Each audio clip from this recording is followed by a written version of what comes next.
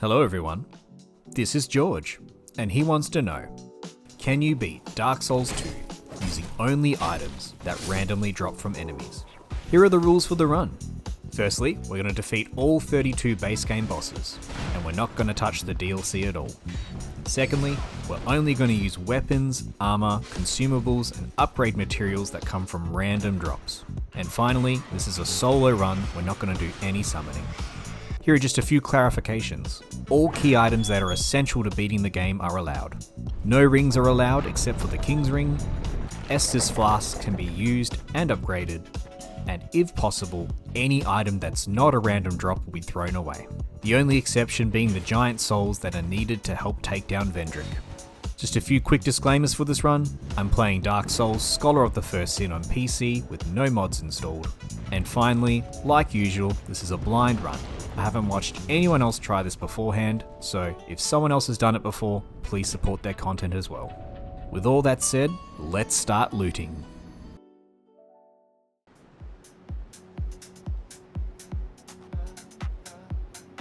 After waking up from his nap, I customised a fitting face for our hero, and our adventure had begun.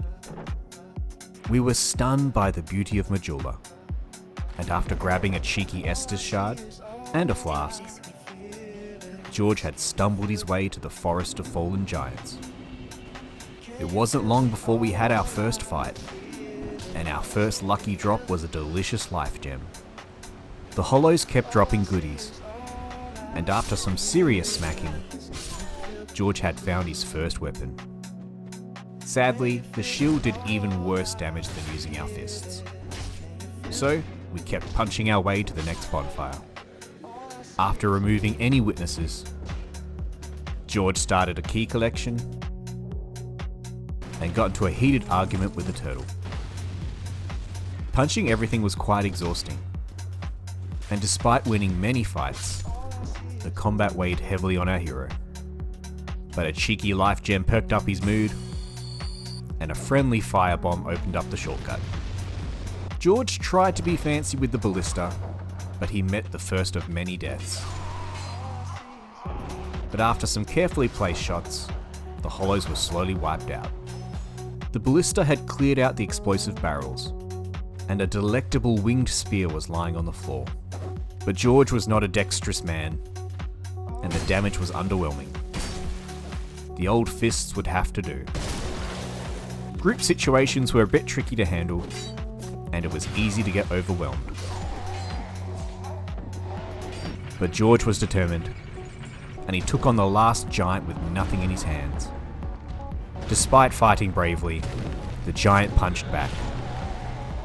But after murdering half of Drangleic,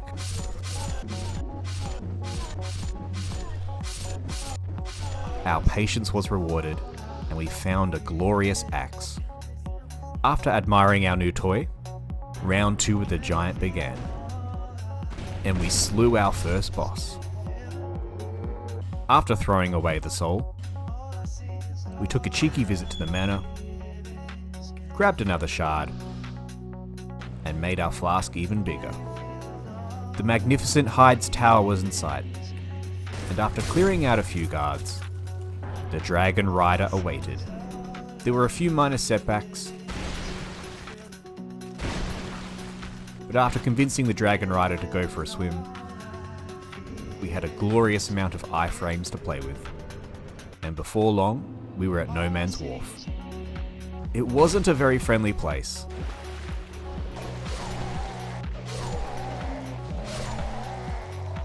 and with every death, the curse took more and more of our health bar.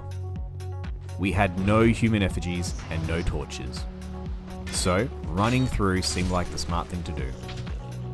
After ringing the bell, kicking down the ramp, and play fighting with the locals, it was time for a change of scenery. Our best bet was to try and take down the pursuer, but the fight was not in our favour.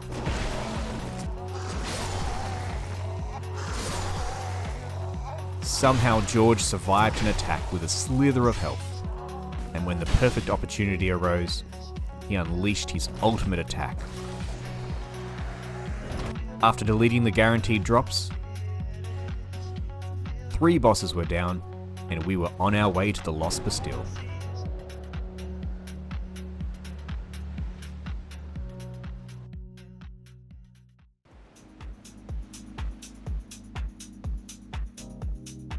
After a delicate landing, we had fun playing with some barrels, but we still had some serious health problems to address. So, it was time for another adventure. There were many paths to explore, and more treasures in store. We were lucky enough to find a torch, a flame butterfly, and a human effigy in our travels. A cheeky touch-up of makeup restored George to his beautiful self, and we finally had enough health to take on the wharf. The pyres burned brightly, and the flexile sentry invited us for a dance. Things were going pretty well, but a slow reaction time ended our first scuffle. But after menacingly walking in circles, George bested the sentry, and we set sail back to the Bastille. The doggos were super friendly, and they kindly shared some more treats with us. And after grabbing the smelly branch, we threw away the trash and freed the petrified hollow. The doggies kept dropping treats, but the ganking was starting to annoy me. But the Emerald Herald boosted our dexterity, and the winged spear was back on the menu. The spear was very handy for clearing a path to the sentinels. But George was still getting used to the spear, and after a few failed attempts, the soldiers felt sorry for us and gave us a sword. The great sword was a delight, and we slowly chipped away at the sentinels' health. One by one they fell, and we brought them to their ruin. But the journey continued. The flame butterfly helped illuminate our path, and it was time to save a lost sinner. It was an equally matched fight. No one was landing a hit on the other, and a bad roll sealed George's fate. But the spear closed the distance, and another soul was saved. With the primal bonfire lit, and a juicy increase in our levels, it was time to hunt down a king.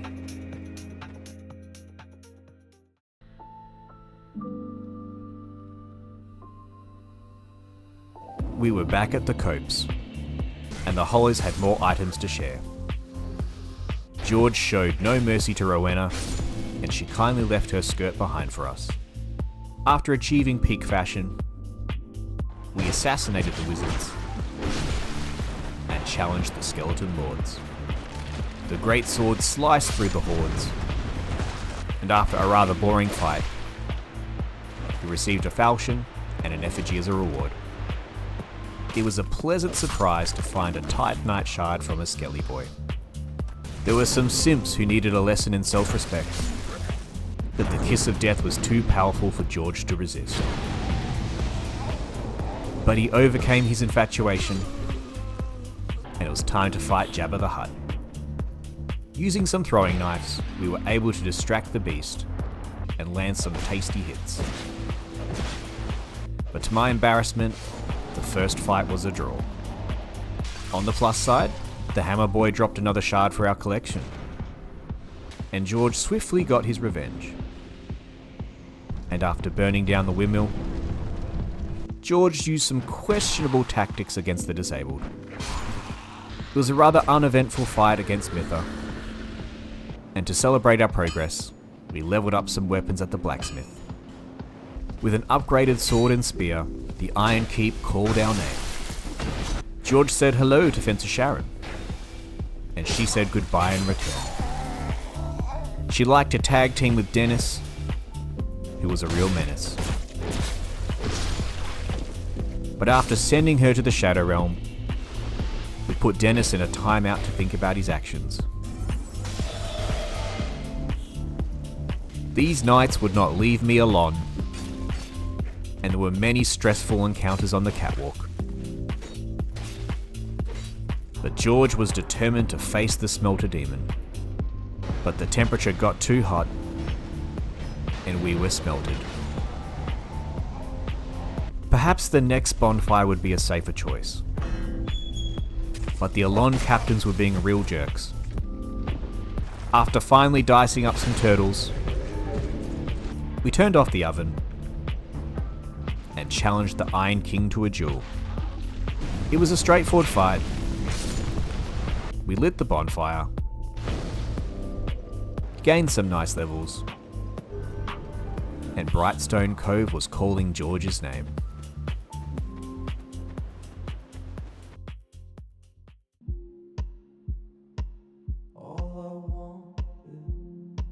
Let's continue our epic journey. After freeing Rosabeth, the Fat Boys came out to play, and a pincer movement led to George's demise.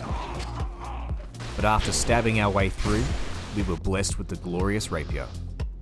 The rapier has very high counter damage, and it would suit George's playstyle quite well. And after quickly running through the shaded woods, it was time to sting a scorpion. The counter damage shredded her health, and another boss fell to the might of George. The local dwarves gave us some fashion tips, and we reached Brightstone Cove in one piece. The filthy peasants were secretly hoarding large titanite shards, but prowling Magus invited us to church. The priestess's miracles made their defense incredibly durable, and even with the rapier's amazing counter damage, I might as well have been trying to tickle them to death. But once Magus was out of the picture, the old fists came out to play, and the congregation fell silent. Spamming RB helped blitz through the spiders, and our Estus collection kept growing. There were a lot of spiders waiting to come out, but the big pointy spear kept the beast back, and Spider-Man was fond of dropping large shards on the ground. More treasure was waiting at the bottom of the web, and the Duke's dear Freya came out to play. The rapier damage was a bit underwhelming, and the combination of small spiders plus laser attacks was too much for George to handle. After returning with fire and looting some goodies, round 2 was off to a better start. But the damage was still a bit stinky, and George suffered a nasty spider bite. Another cheeky vacation was in order, and after assembling the Infinity Stones,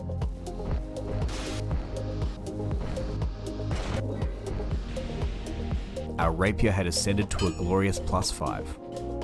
On our return to the cove, we were lucky enough to find some Tseldora pants, boosting our soul gain by 5%. Our upgraded rapier was a beast, and it teared through Freya's health.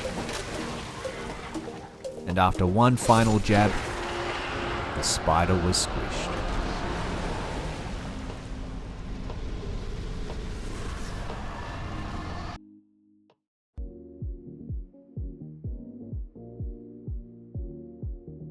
With 3 great souls collected, George was ready to dive into the depths.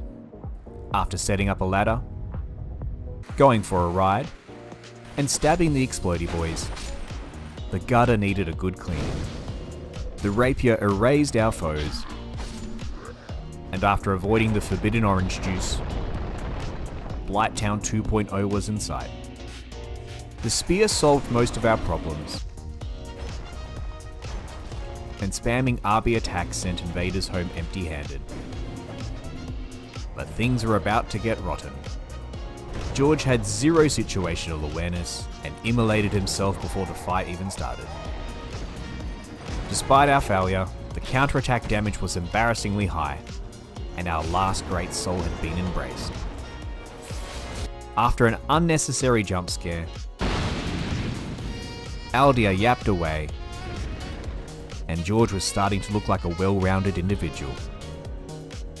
But Drangleic was still a mess. There were many smaller bosses that needed to be mopped up, so let's take them down. Back at the tower, the Hyde Knights had come out to play, and after using some tactical rolls, we erased the Drake and put the old Dragon Slayer to bed. But more adventure was calling down the well, and there was a serious rat problem that needed taken care of. The poor Vanguard didn't stand a chance against the might of the rapier. But perhaps the doors of Pharos would be a trickier challenge. While exploring the doors, we added a lovely halberd to our collection. But the time had come to take on the most annoying boss, the Royal Rat Authority. The rapier attacks were too precise for our own good, and George couldn't stab all the toxic boys in time.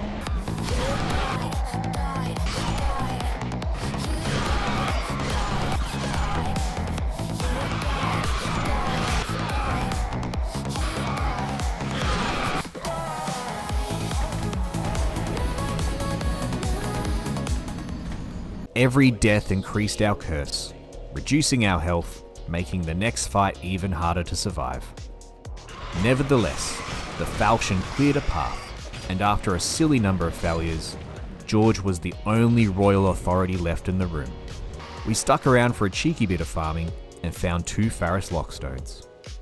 Following a graceful dance with the pursuer, the belfry was ringing out for exploration. I was pessimistic about our chances of survival, but we slowly poked away at the gargoyles, avoided getting trapped in the mosh pit, and amazingly, we took them down on our first try. After meeting some fans, it was time to say hey to the chariot. After reining in the boss, it was time for the main event. The rapier didn't fool around, and we silenced the naysayer. Upon some careful thought, we decided to use our last human effigy, regaining our lost health and our stunning good looks.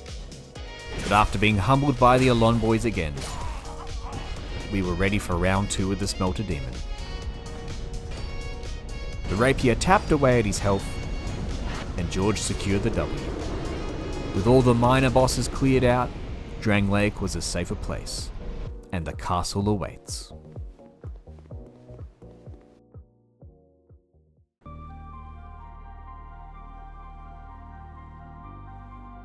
With the 4 great souls collected, the Shrine of Winter popped open, and Drang Lake Castle was inside.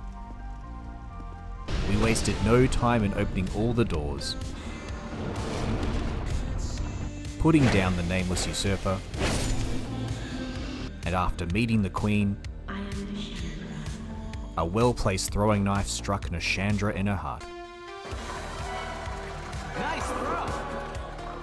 But the Dragon Riders were having a buy one, get one free sale. And after an initial hiccup, they finally ran out of stock. The next room was filled with George's biggest fear: talking to women. He somehow survived the first conversation, and although she burnt his heart, she could never take away his style. But the last sorceress was a real pain, and despite using psychological tactics, one kiss was George's undoing. The long elevator ride helped clear our head, and George took a long look in the mirror. The rapier carried us through the fight, and the looking glass knight was shattered. But it was upgrade time. We increased our item drop rate with the magical hat, and went on a great hunt for shards.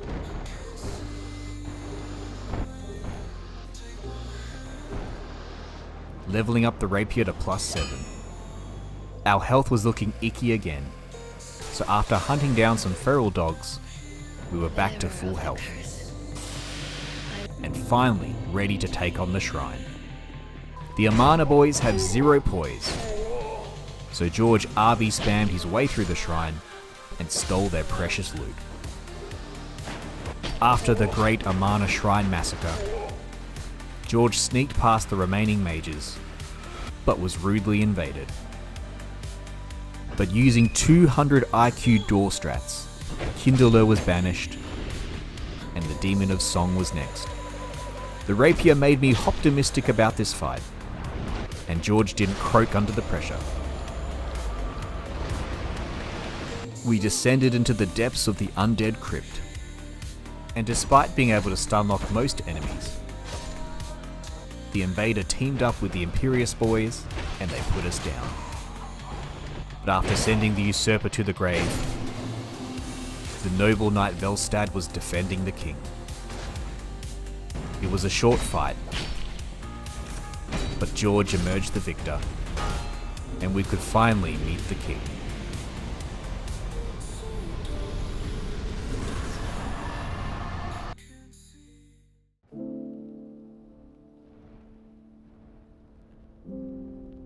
With Velstad defeated, the king's ring was ours. While we were here, maybe we could kill Vendrick. But our rapier did a whopping 8 damage. Vendrick grew tired of being tickled and sent us home. Equipping the ring opened the door to Aldia's keep. The hounds wanted to play, and they graciously gifted us a Black Knight halberd. It was a standard walk through the keep, and after avoiding getting hugged by the ogres, we stabbed the pet dragon to death. The Eyrie was a beautiful sight, but the local dragon gang had some serious beef with George. We had a heart-to-heart with the ancient dragon, and after giving him a little tickle, George became his soulmate. Once George had finished bullying the Cyan Knight, we took a trip down memory lane, and the chaos ensued. The thick smoke blinded our vision, and the giant put his foot down. But the rapier toppled our foe,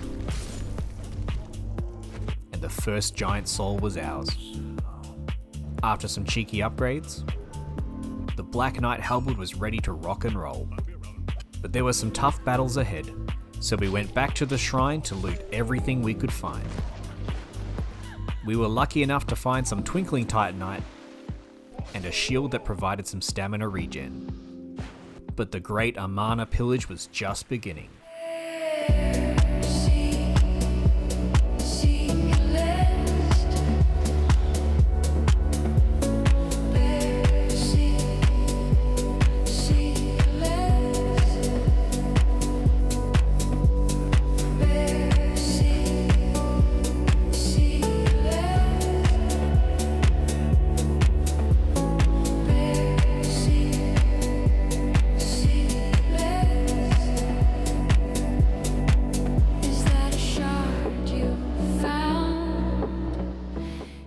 We spent so much time killing the Amana boys.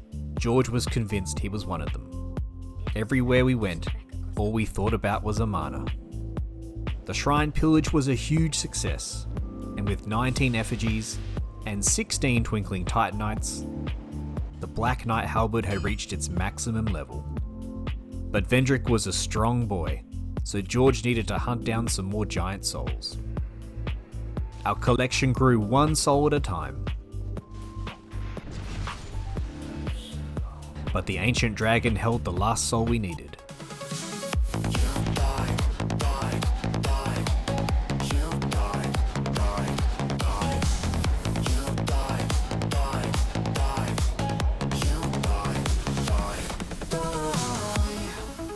And after a few minor setbacks, our collection was finally complete. With all 5 giant souls in our inventory, Vendrick was vulnerable, allowing our halberd to mop up his health. After one final swipe, the king was dead, and it was time for George to sit on the throne.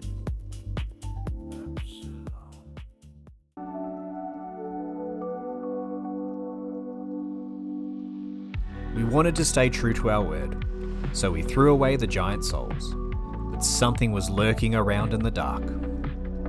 The messages on the ground were unhinged, and after 3 conversations with Grandad, we joined his weird cult. The Dark Chasm was an interesting place. You can't speedrun it, and you have to kill all enemies to progress. Attempt 1 didn't go well, and every attempt would cost us 1 more precious effigy. But George locked in, and after clearing out the chasm, we forgot all about lighting the beacon inside. But we were all out of butterflies, so a quick farming adventure was needed. After lighting all the beacons, we could finally fight the Dark Lurker. Round 1 went pretty bad. His sword attacks were sneaky, and he loved playing with fire. But eventually, he split in two, and our troubles were doubled.